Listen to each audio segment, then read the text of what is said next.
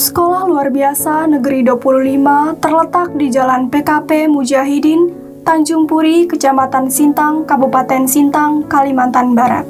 Sekolah Luar Biasa ini merupakan lembaga pendidikan formal yang menjalani pendidikan bagi anak-anak yang berkebutuhan khusus.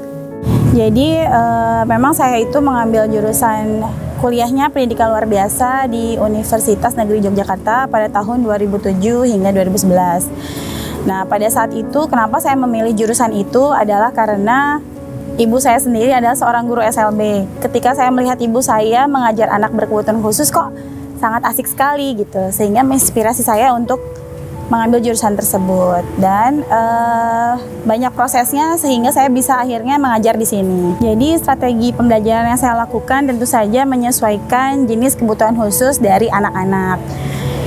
Berbeda jenis kebutuhan khususnya tentu saja berbeda kemampuannya sehingga saya menjalankan pembelajaran berdiferensiasi.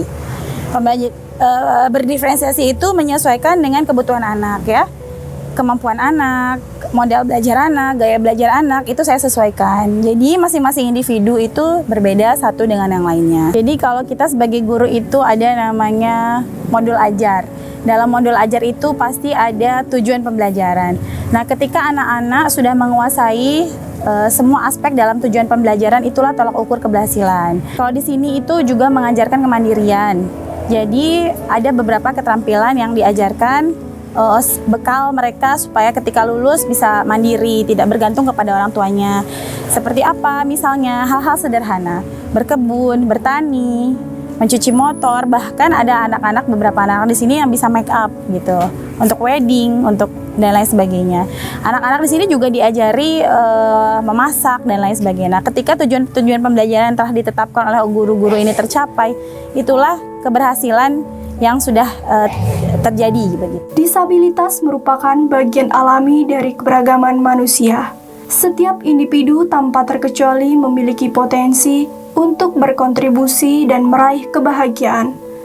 Meskipun dengan cara yang berbeda, namun stigma dan diskriminasi seringkali menghalangi individu dengan disabilitas untuk mengakses kesempatan yang sama. Jadi sebagai guru memang dituntut untuk bisa melakukan inovasi ya. Inovasinya tentu saja tidak hanya dalam metode pembelajaran tapi media pembelajaran. Saya membuat media pembelajaran untuk anak-anak tunanetra yaitu podcast Spotify. Jadi anak-anak berkolaborasi dengan saya juga rekan-rekan guru di sini. Kita sama-sama membuat podcast yang isinya adalah materi-materi ajar yang bisa didengarkan anak-anak di rumah. Media pembelajarannya tidak hanya kita mengandalkan yang dibeli, tapi kita juga harus bisa bagaimana caranya membuat sendiri menyesuaikan dengan kebutuhan anak. Cara-cara saya melakukan pendekatan untuk mengaplikasikan metode pembelajaran yang ada untuk memenuhi kebutuhan individu adalah adanya asesmen. Jadi kalau di sekolah ini ada identifikasi, kemudian asesmen kemampuan awal siswa. Di situ kita bisa tahu sampai mana kemampuan awal siswa.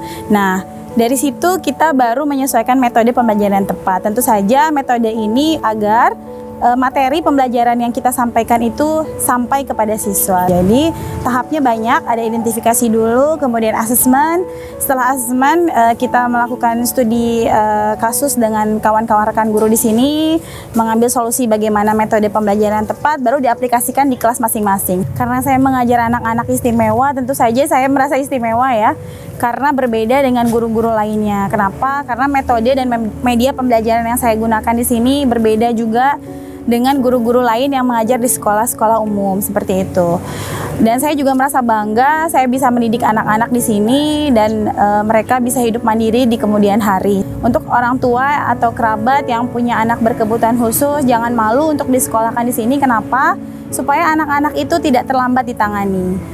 Tidak semua guru berkompeten dalam mengajar anak berkebutuhan khusus di sekolah-sekolah umum, sehingga alangkah lebih baiknya jika disekolahkan di sini saja, karena di SLB sudah disesuaikan kurikulumnya untuk menangani anak-anak berkebutuhan khusus seperti itu.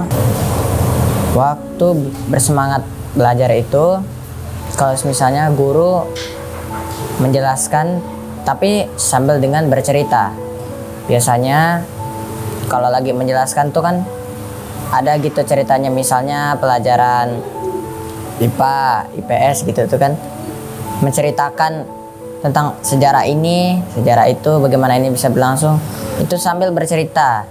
Jadi rasanya gitu seru gitu. Termotivasi itu dari orang tua sih, dari guru juga. Saya bisa tetap bersemangat juga, kan sering dikasih semangat. Sampai saat ini juga tetap fokus. Yang membuat saya merasa bangga sampai saat ini sih karena meskipun memiliki kekurangan tapi punya kelebihan gitu. Ada bakat-bakat yang bisa digali. Kalau dulu kan saya nggak tahu nih, Theo nih nggak tahu apa nih bakat Theo nih kan di bakat apa. Ternyata setelah di sini itu bisa banyak hal, bisa berpuisi, bisa pantun, bisa catur. Jadi Theo tuh merasa bangga gitu, bisa akhirnya bisa menemukan bakat meski dalam keterbatasan gini. Teman-teman di luar sana atau orang-orang yang memiliki keterbatasan juga di luar sana untuk tetap bersemangat dan jangan pernah menyerah dan terus rajin belajar karena kita pasti bisa membangun dan membangkitkan apa bakat-bakat kita dan semangat kita asal mau saja berusaha. Disabilitas bukanlah penghalang untuk meraih mimpi. Yang dibutuhkan hanyalah kegigihan, semangat, dan dukungan dari orang-orang terdekat. Dan juga mereka membutuhkan bimbingan dari orang-orang yang bisa mereka percaya. Mereka pastinya mempunyai harapan dan impian seperti kebanyakan orang. Keadaan bukanlah batas untuk menguji kemampuan seseorang, tetapi bisa memotivasi karakter seseorang untuk mempunyai keinginan yang lebih baik.